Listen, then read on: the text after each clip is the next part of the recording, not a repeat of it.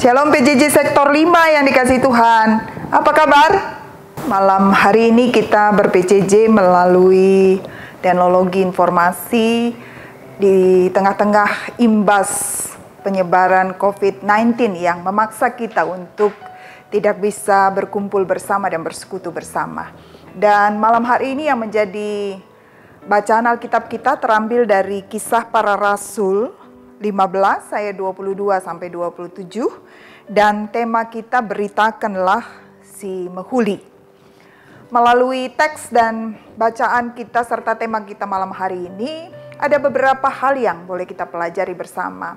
Yang pertama, bagaimana teks ini bercerita tentang persidangan gerejawi yang membicarakan tentang keresahan yang timbul di tengah-tengah jemaat Antiokhia karena adanya pengajaran tentang keselamatan melalui sunat, bahwa jikalau mereka tidak disunat sesuai dengan adat istiadat Yahudi maka mereka tidak akan diselamatkan.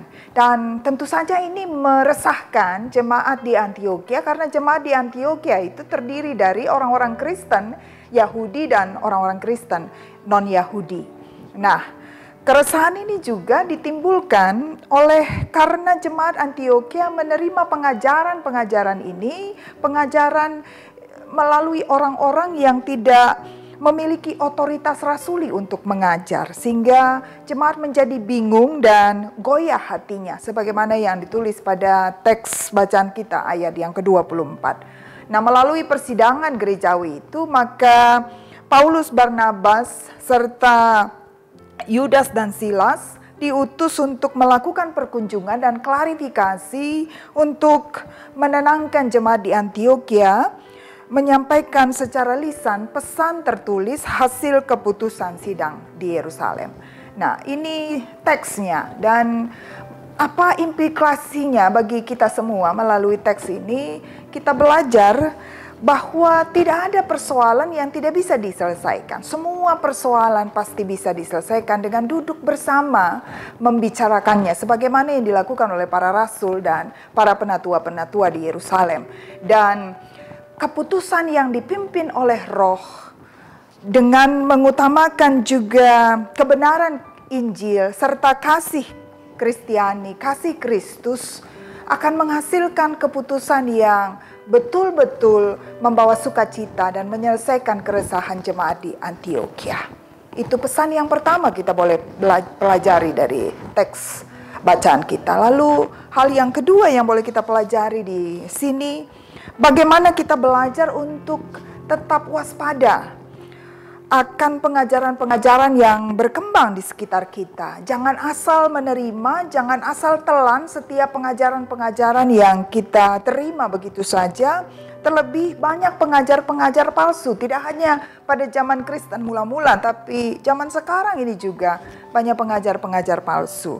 Dan bahkan kalau kita hanya menelan begitu saja, menerima begitu saja tanpa waspada atas pengajaran-pengajaran yang kita terima, itu bisa menimbulkan kebingungan di antara kita, bahkan keresahan serta kegoyahan iman, bahkan kegoyahan hati seperti yang dialami oleh jemaat-jemaat di Antiokhia. Nah, poin yang ketiga yang kita boleh belajar dari teks ini, bagaimana berita yang disampaikan oleh Yudas dan Silas, walau mereka menyampaikannya secara lisan, tapi justru dilengkapi dengan bukti tertulis. Ini merupakan hal yang penting, Bapak Ibu Saudara-saudara jemaat yang dikasihi Tuhan, karena bukti otentik akan kebenaran itulah. Bukti tertulis itu adalah merupakan bukti otentik akan kebenaran yang disampaikan oleh Yudas dan Silas. Karena banyak sekali kabar tanpa diiringi bukti yang otentik, kebenarannya pasti diragukan. Dan artinya apa yang disampaikan oleh Yudas dan Silas secara lisan dilengkapi dengan bukti otentik tertulis ini merupakan kebenaran yang bisa dipertanggungjawabkan. Di zaman ini banyak sekali berita yang kita dapatkan secara cepat, terlebih dalam kemajuan teknologi informasi.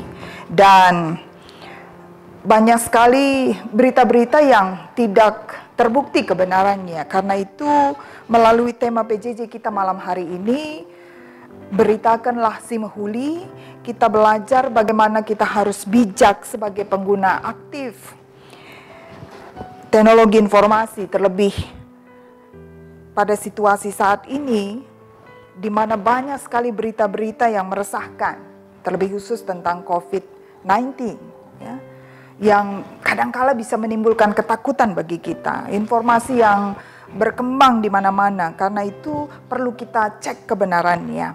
Mari kita gunakan kemajuan IT untuk kebaikan, untuk memberitakan kabar baik sebagaimana tema kita katakan, untuk menyatakan kabar kebenaran bukan berita bohong atau berita hoax, dan bagaimana kita diajak sebagai jemaat untuk menjadi penyebar kabar baik, bukan justru menjadi penyebar berita hoax. Dan manfaatkan teknologi informasi sebagaimana yang kita lakukan malam hari ini, walau kita tidak bisa ber-PJJ, bersekutu bersama di dalam satu ruangan, tapi kita bisa memanfaatkan teknologi informasi untuk terus ber-PJJ malam hari ini karena situasi dan kondisi kita yang tidak memungkinkan. Dan mari beritakan kabar baik, berita si Mehuli sebagaimana tema kita katakan. Jadikan teknologi informasi sebagai alat kita membangun persekutuan, bukan justru memecah belah persekutuan. Pakai teknologi informasi untuk memberitakan kabar baik yang membawa sukacita bagi banyak orang, bukan justru memberitakan kebohongan-kebohongan dan menjatuhkan sesama kita. Dan kiranya kita dimampukan untuk memakai teknologi informasi ini lebih bijaksana dan lebih berhikmat karena anugerah dan kebaikan Tuhan. Selamat ber-PJJ, bertumbuh dan tetap semangat di dalam Tuhan. Tuhan memberkati.